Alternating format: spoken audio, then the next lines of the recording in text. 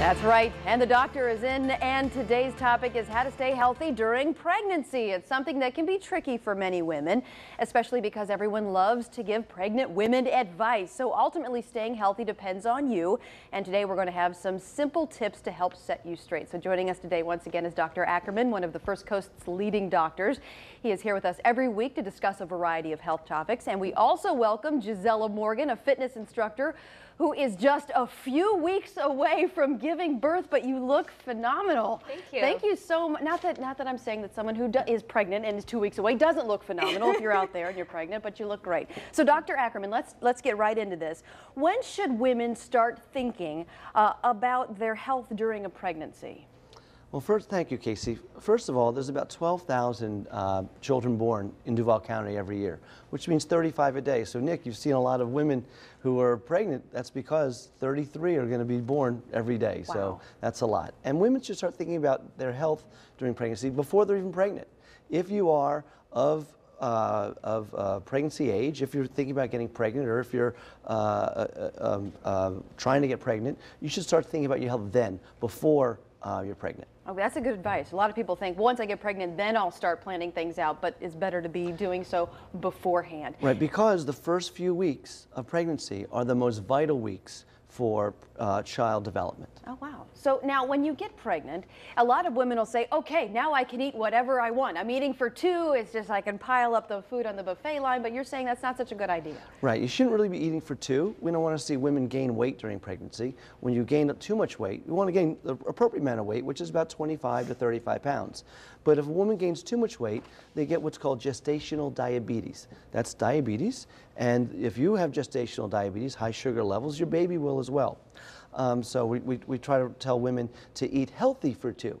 Eat healthy while you're pregnant, but remember, be double healthy, because you're trying to be healthy not just for yourself, but also for the child that's inside you. Which is so true. So are there foods that we should be eating, foods that we should be avoiding?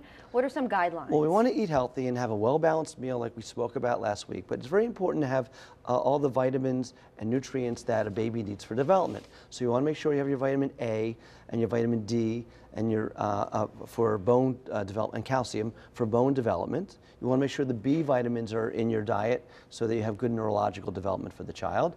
Vitamin C for immunological development. So all those vitamins. Now we do have prenatal vitamins. You can go to the health store and get prenatal vitamins. Gisela's taking prenatal vitamins that her doctor recommended for her.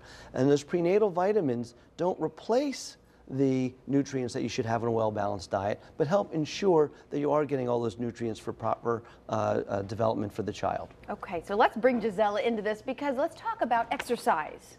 Yes. Is it a good idea, Dr. Ackerman, to be exercising? Yes, it is. And Gisela is a certified fitness instructor. She specializes in prenatal exercise as well. And she's going to demonstrate some moves today, some things about yoga and Pilates that one could do. And we're going to talk also about the proper exercises that one should do during pregnancy and what women shouldn't do during pregnancy. Right. I remember you guys just a second ago when we were running through this, you're talking about the hunched over shoulders. I'm like, I do that every day. But you're saying that gets accentuated, right, Yes. when you're pregnant? Yes. Yeah, it's a lot of problems happen. You know, a lot of the moms ask questions like, is it safe to exercise? And you know, that's a very common question. And you want to first check with your doctor to make sure that with your specific pregnancy that is healthy for you. And if you do feel healthy, that is the most important time to exercise. To continue exercise, if you haven't done it yet, you want to slowly start exercising. You're aiming to just be fit and flexible. You know, you don't want to push yourself, you don't want to be lifting more weight, but you do want to work on your cardiovascular aspect by walking 30 minutes a day, or swimming. You know, it's great to take the pressure off the body. Also biking, but I would recommend a stationary bike because it's safer. And then yoga and Pilates are great, though you do want to make sure that your teacher is certified through pregnancy. If it's not a prenatal class, you may want to tell your instructor that you are pregnant, so they modify the poses and the exercises for you. Sure. So there's certain challenges that women have with their body, and Gisela's going to demonstrate for us some exercises to overcome those challenges. So when the woman's pregnant, her head goes forward, her back becomes kyphotic, where the spine bends, the shoulders roll forward, the abdominals stretch and the abdominal muscles get weak, the pelvic tilts funny, and the knees kind of get locked up. And so Gisela is going to show us some exercises that one could do to avoid that and to combat that. Yes, very true. And Yoga and Pilates really does help to compensate, or at least to release the pressure that the body is changing through the pregnancy. And often in my classes, we do use a chair just for stability. And I'm going to do the cat exercise. It can be done on the mat, or it can also be done on the chair. The cat exercise, you're thinking of scooping the spine, drawing the head in, and really pulling the belly button into the spine. So I'm rocking my baby, and then we open the chest, create a great stretch on the chest for the shoulders to release that pressure off. So we do a few of those. Also it's to release the neck pressure. So we often do neck exercises, neck stretches to really feel the release.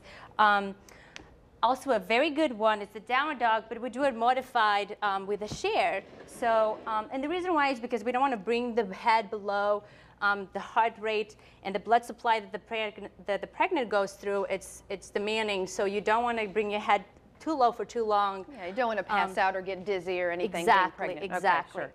So the downward dog, we do it with hands on the chair, thinking of really pushing the hips back, really feeling the back nice and long. That's a great stretch for it.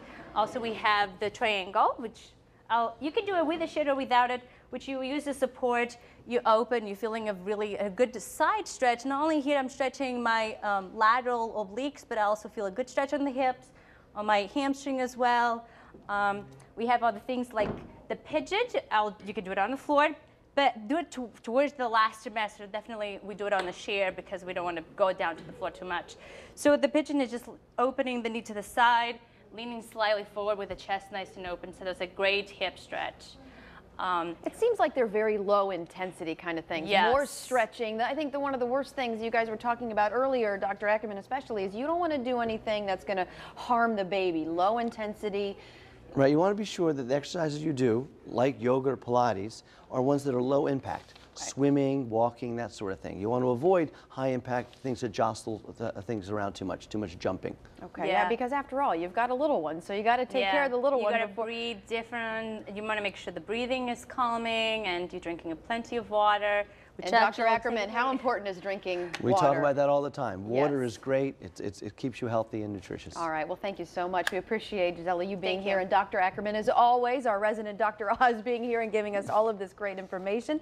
Thank you so much. And, of course, the doctor is always in. If you ever have any questions for him, you can go to our Facebook page. There's all kind of information there. We also want to thank First Coast Oncology for being here and sponsoring this segment. Dr. Ackerman is with us every Friday. And next week, we're going to be talking about that flesh-eating bacteria, you know, that's been in the news a lot lately, so be sure to watch that.